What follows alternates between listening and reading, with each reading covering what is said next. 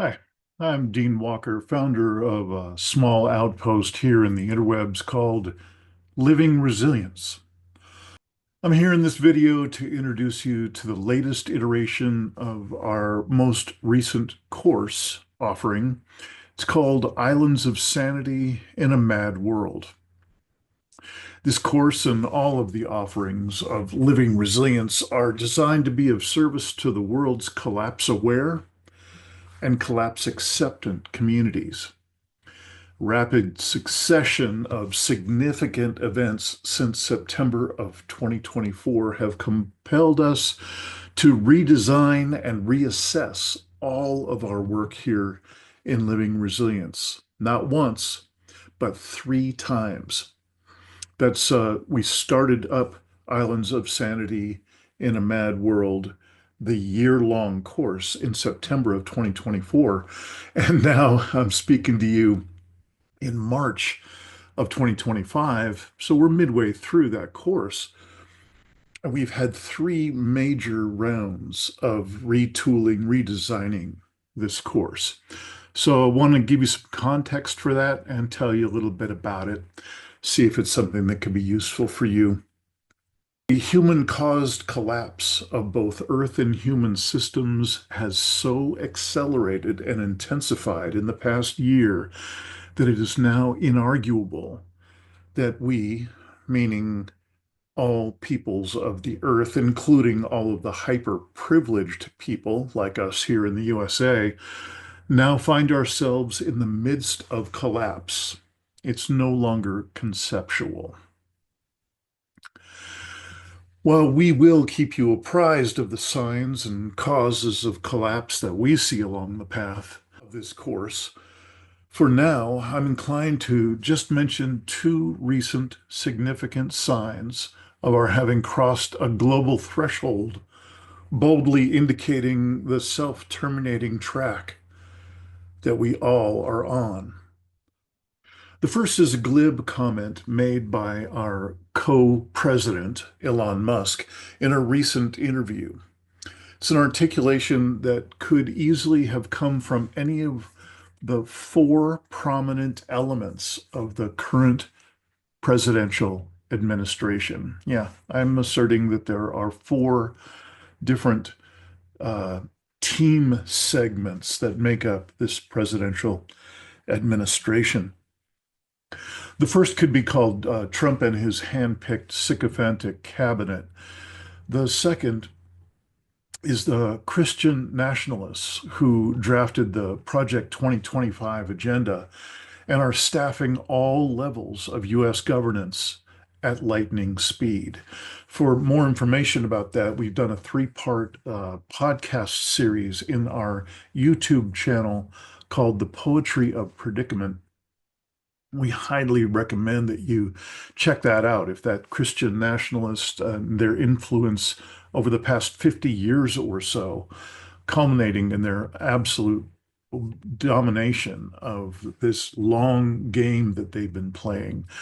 So in any case, that's the second of four elements that make up the presidential cabinet in the first year of Trump's second term. The third of four elements is, I like to call them the tech broligarchs, who bring immense money and an intricate plan of their own to replace what's left of our democracy with a tech-driven monarchy. The fourth of these four elements that I'm asserting make up our current presidential administration is a zero-sum, perverse incentive-driven race to capture the gold ring of advanced AI tech, a race that will accelerate all measures of human climate disaster, resource depletion, and overshoot, while promising to bring heretofore unheard of levels of oligarchy and poverty to societies around the world, including the USA. So what I'm about to show you is a very brief video clip from a recent conversation between Joe Rogan and Elon Musk. And it's it's just a telling indicator of each of those four elements, those four team segments that make up the current presidential administration and other governmental influences recently installed. It's a telling feature of how humanity is seen through the lens of each of those segments.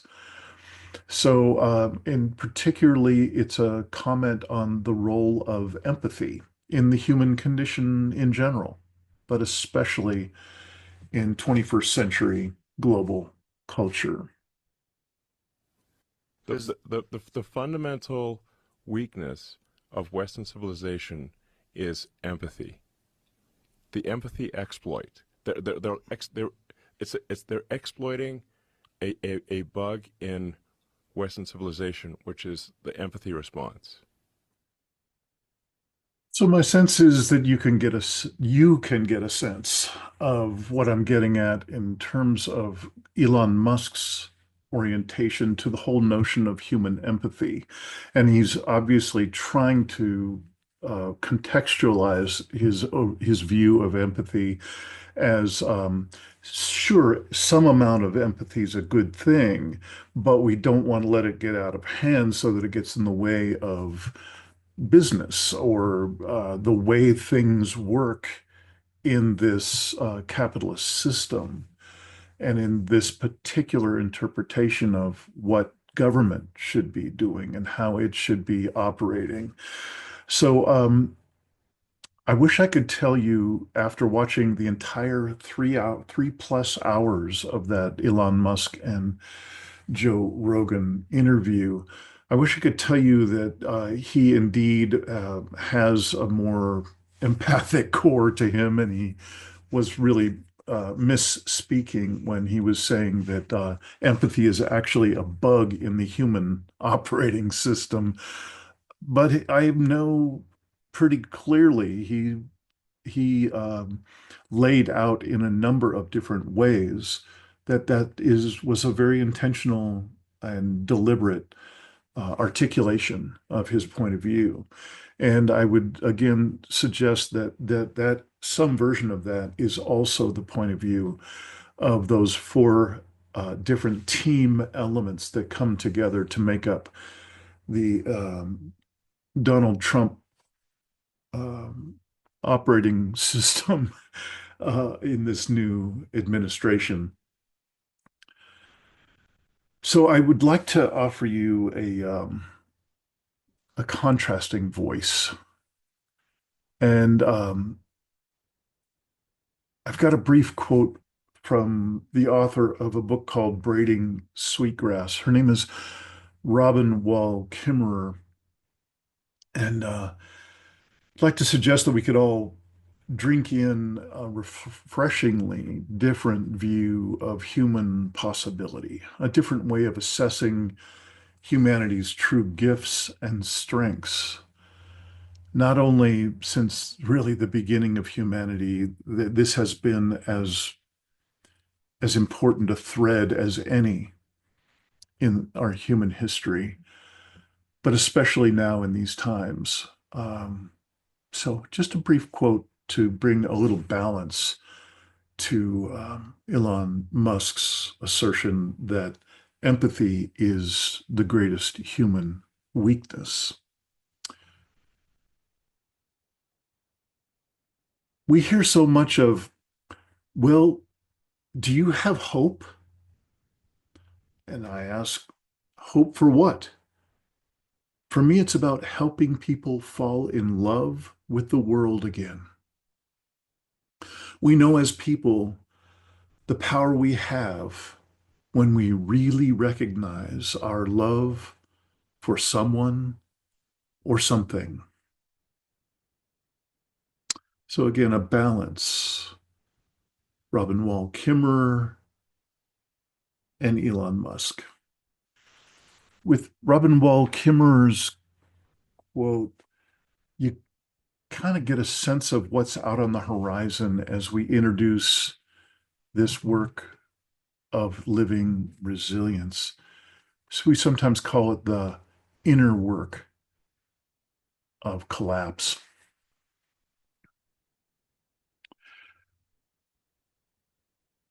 It takes real work to claw our way back from the empathy-free zone of Elon, Donald, AI, and the oligarchs to remember our core interrelatedness with all things.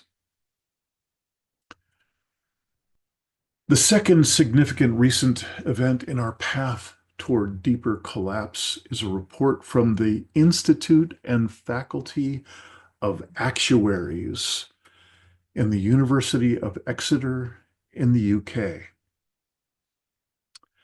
Got a question for you. If you've been around this collapse aware or this climate change conversation in the past, upwards of 10 years, and for some people, decades, have you ever wondered what it would take to have the world, governments, corporations, and just plain folks actually pay attention and get into remediating action regarding climate chaos? We, of course, have only increased our killing emissions of greenhouse gases every one of the past 30 years of conferences of the parties, of COP meetings. One way to paraphrase that or to summarize those 30 years is we don't give a shit. Well, that's taking an easy, cheap shot at all of humanity, kind of lumped together en masse.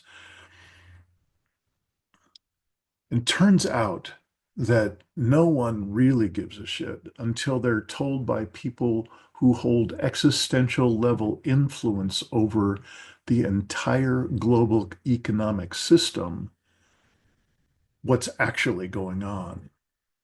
One group who has that power is insurance actuaries, the people who determine if a particular element of our financially driven world is insurable. If it is not, then it cannot be included in our financial dealings anywhere on Earth.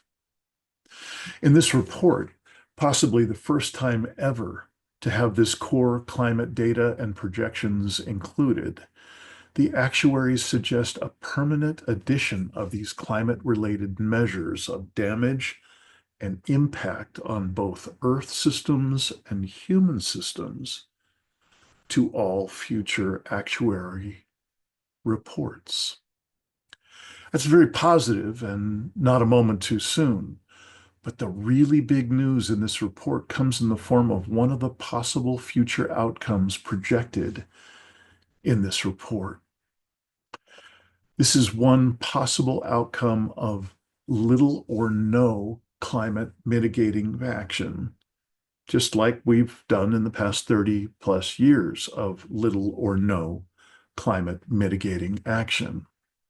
So if we continue doing that, which we've done or not done for 30 years, the possible outcome of continuing on in this fashion is a reduction of global GDP, gross domestic product, economically, a reduction of global GDP of 50% or more.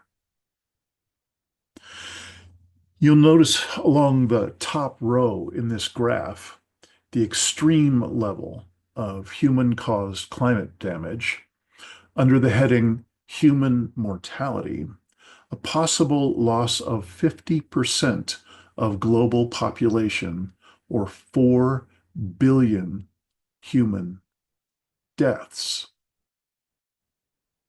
This is also estimated from the projections in this report to be occurring in the approximately in the 2050 to 2060 realm of this century.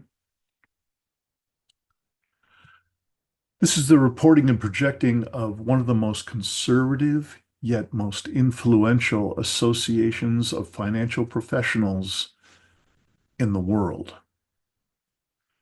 We consider both of these recent additions to our 24/7 fire hose news cycle to be very significant and most disturbing. So that again, it was the summary brief statement from Elon Musk as to the importance or lack of it of empathy in human nature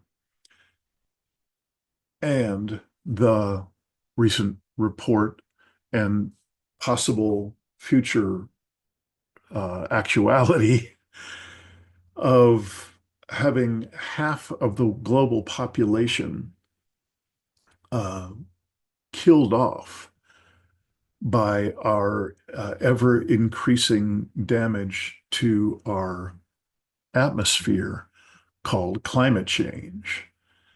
That could be happening as soon as 2050 to 2060. And it also reflects an increase of the temperatures from 1.5 now to 3.5 degrees C above uh, pre-industrial average by 2050, 2060.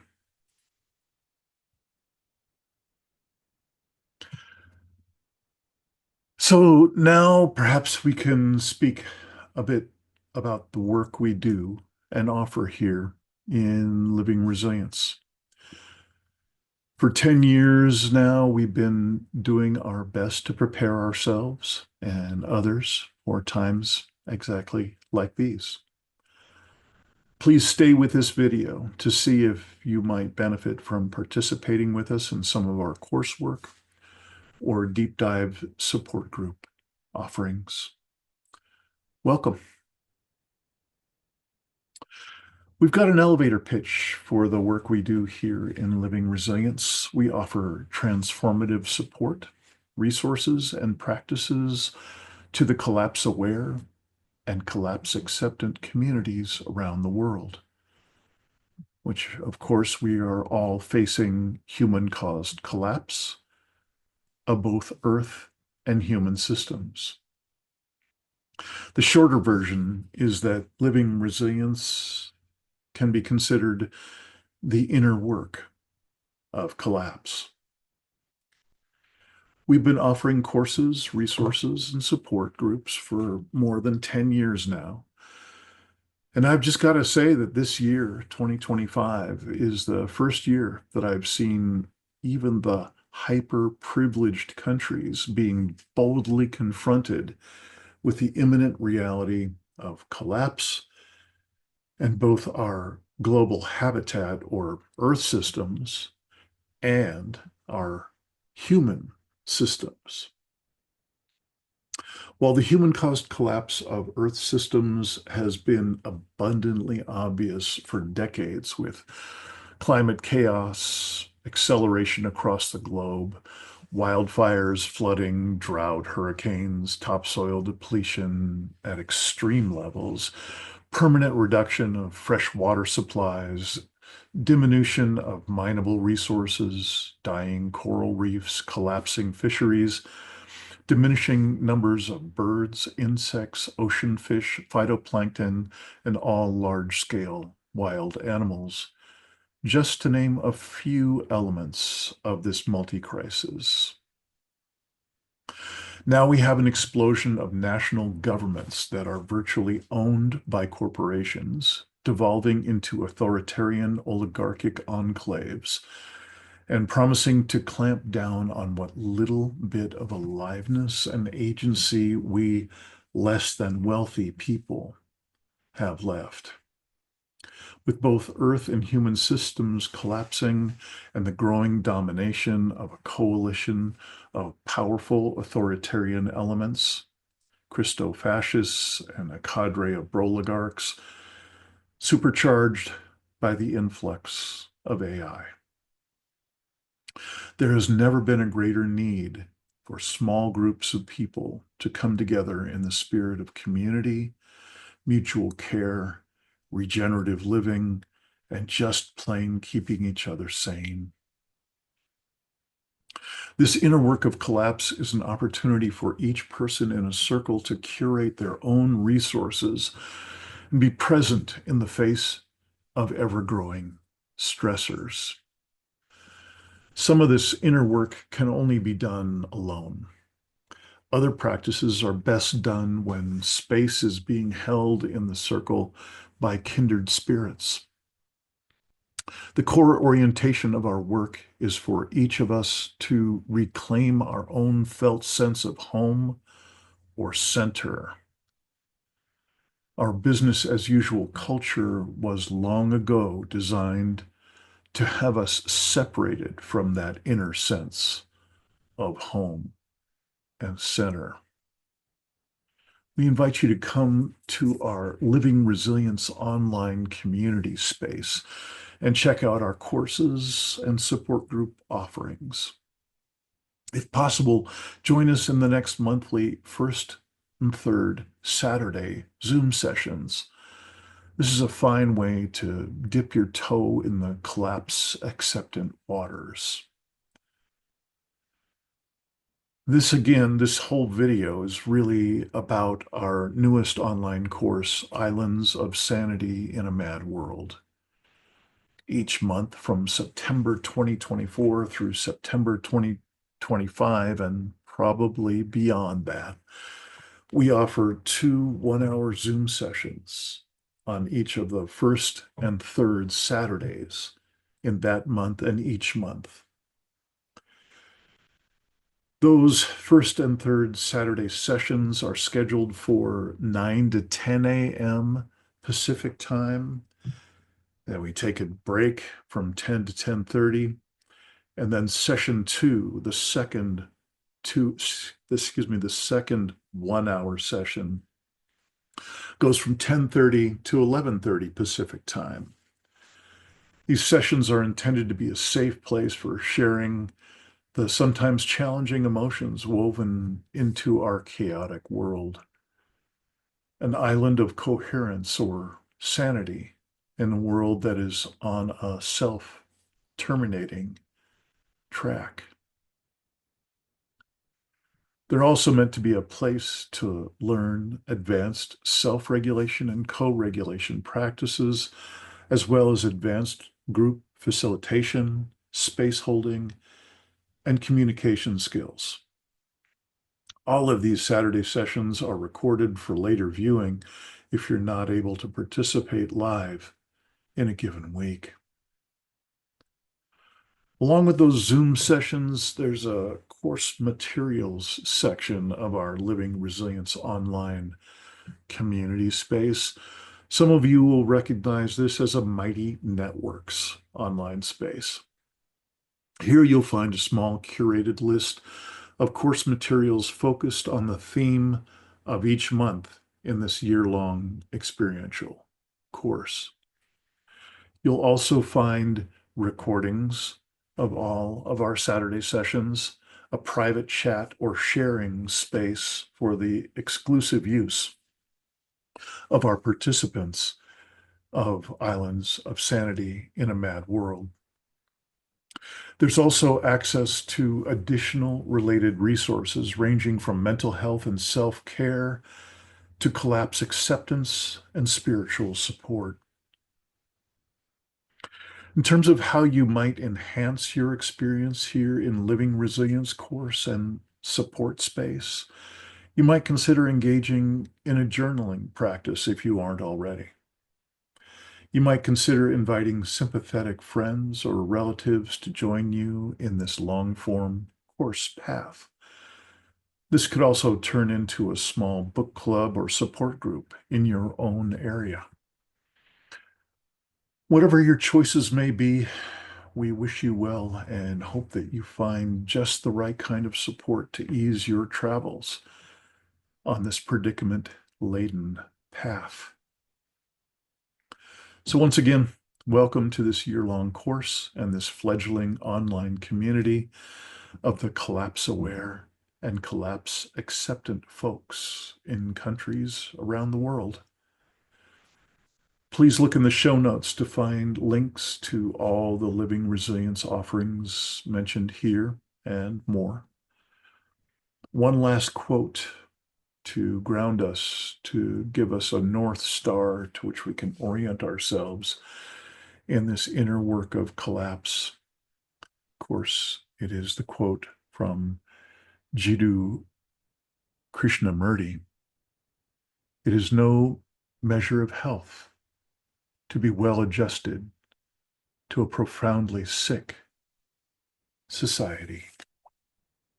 Thank you so much for your attention and for whatever you're doing to bring yourself back to center, to be able to be of service to those you love, to be able to be present in the face of ever-growing stressors. In whatever way you're doing that, in whatever way you are of service to those you love, we wish you the best in these times of extraordinarily challenging events dropping on a daily basis. Our best wishes to you, and hope to meet you soon in some living resilience offering. Bye for now.